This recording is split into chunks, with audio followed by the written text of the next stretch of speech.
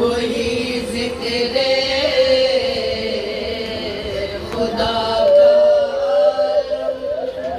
نفس طاہر کو اس طرح مٹایا جائے، زہر و ساقی کوثر کو پلایا جائے، زہر و ساقی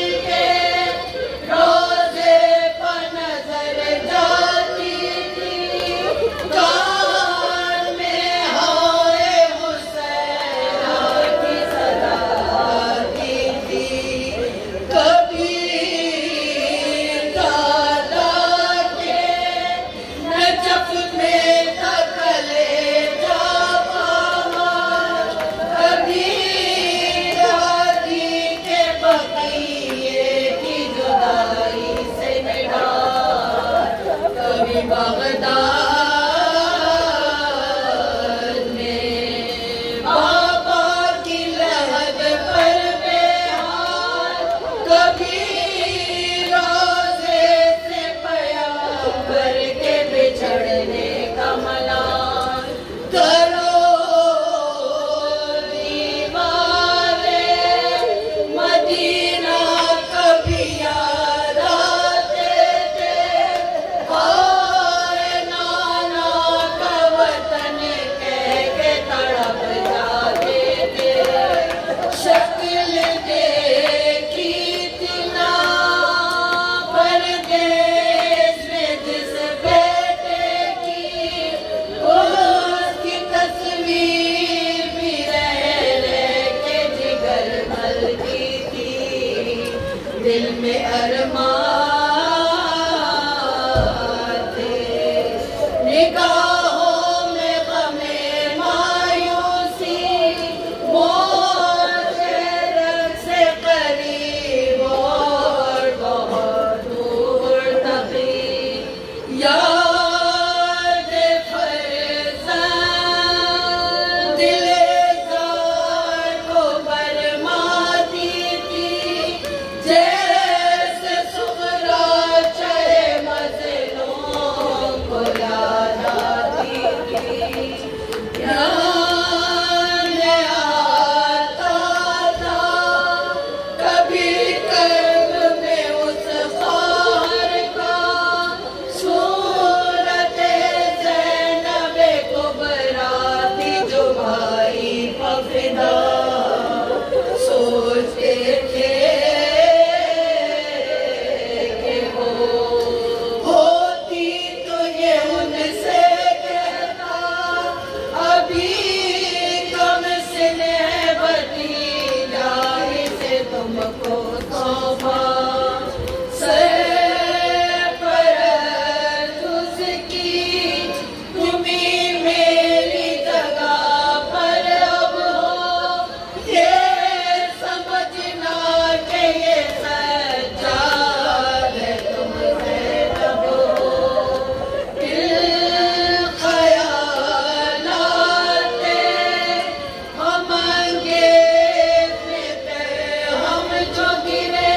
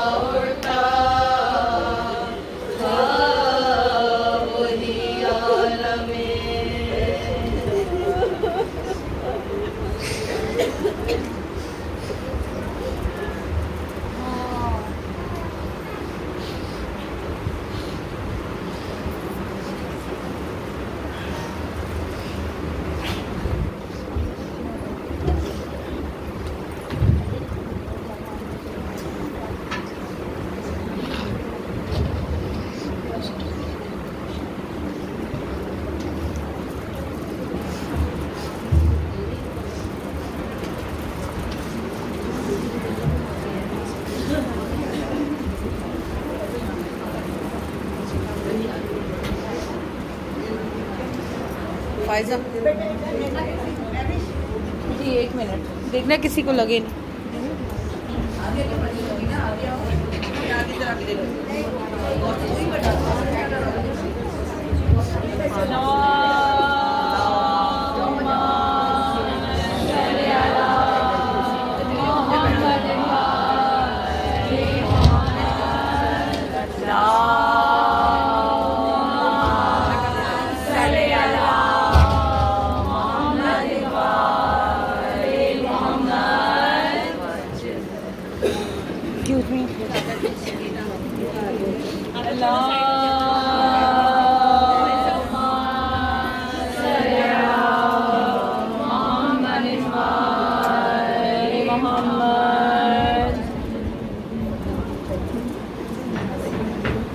برائے خوشنودی مولا رضا علیہ السلام صلوات اللہ.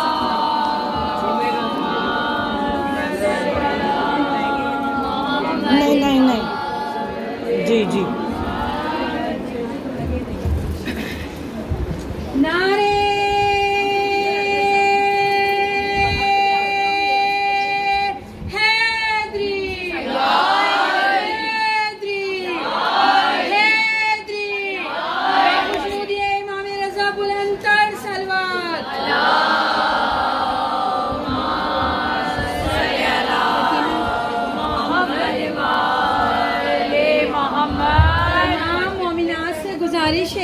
کہ وہ لوگ ایک ہی دفعہ آگے آ جائیں تاکہ بار بار مجلس میں بولنا نہ پڑے، تاکہ بعد میں آنے والوں کو جگہ مل سکے. ایک ساتھ آگے آ جائیں آپ لوگ.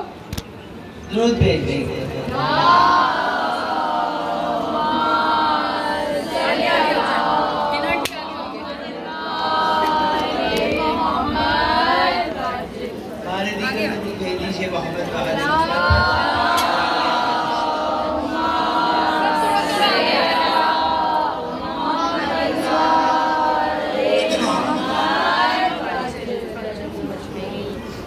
آپ سب کے ذہنوں میں جتنا اس خاندان کا رتبہ بلند ہے، جن کے ہم ماننے والے ہیں، اتنی ہی بلند درود بھیج دیجئے خاندان سرکار.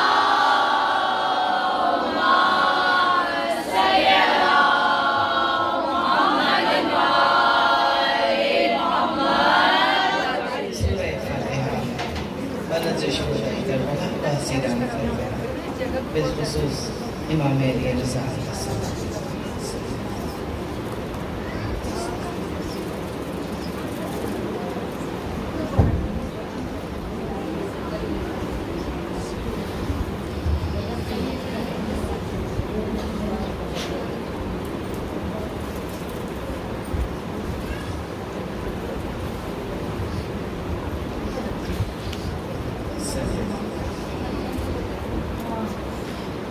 اعوذ باللہ من الشیطان الرجیم.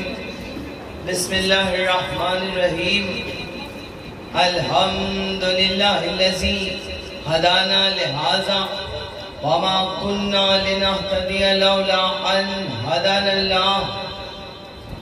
لقد جاءت رسل ربنا بالحق والصلاة والسلام والتحیت والاکرام علی سید اصل ما فی الوجود سر اللہ فی کل موجود نقطۃ دائرۃ الوجود صاحب لواء الحمد والمقام المحمود مولانا و مولا الثقلین جد الحسن والحسین ابی القاسم المحمد.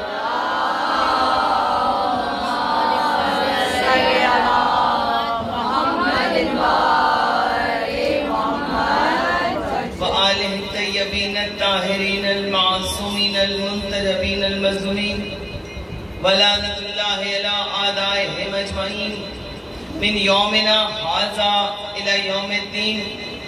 اما بعد فقط سبحانہ فی محکم کتابہ الحکیم وہو اصدق القائلین وقولہ الحق ان اللہ مع الصابرین. صلوات.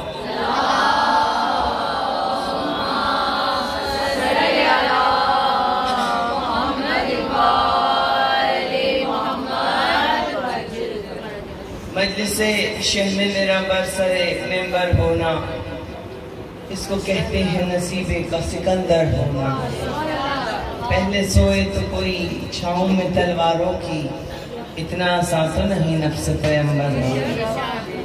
ابتدائے کلام میں بے شک تمام تعریفیں اور تمام تر حمد ثنا اس واجب الوجود کی بارگاہ میں انبیاء کروں گی کہ جو ہم سب کا پالنے والا ہے. اور بعد رب العزت ہمارا تمام تر درود و سلام ان محمد و آل محمد پر کی جن کی محبت میں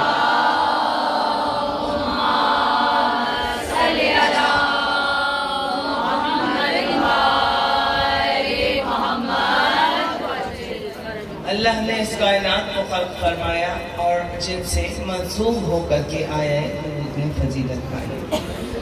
زندہ رہیے، سلامت رہیے عزیزان محترم، عزاداران حسین، ماتمداران مظلوم کربلا، سوگواران خانوادہ جناب سیدہ، ماتمداران امام علی رضا علیہ السلام.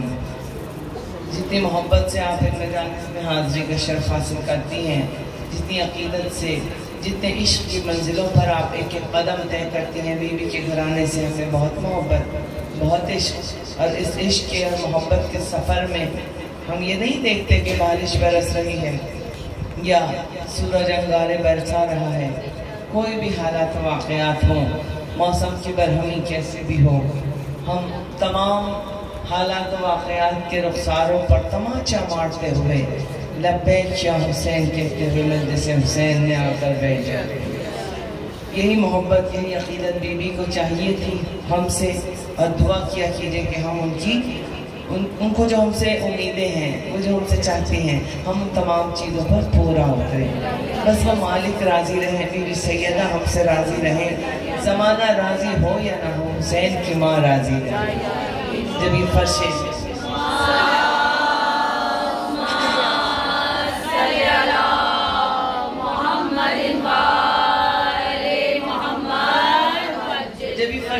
رشتہ ہے تو آپ سب جانتے ہیں یہ کوئی کہانیاں نہیں ہیں، یہ کوئی ایسے ہی دل کو بہلانے کے لیے باتیں نہیں ہیں. یہ کائنات کی اٹل ترین حقیقت ہے کہ جب یہ فرش عزا بچتا ہے تو جناب سیدہ یہاں سب سے پہلے تشریف لے آتی ہے. تو جب بی بی آ جائے صلی اللہ،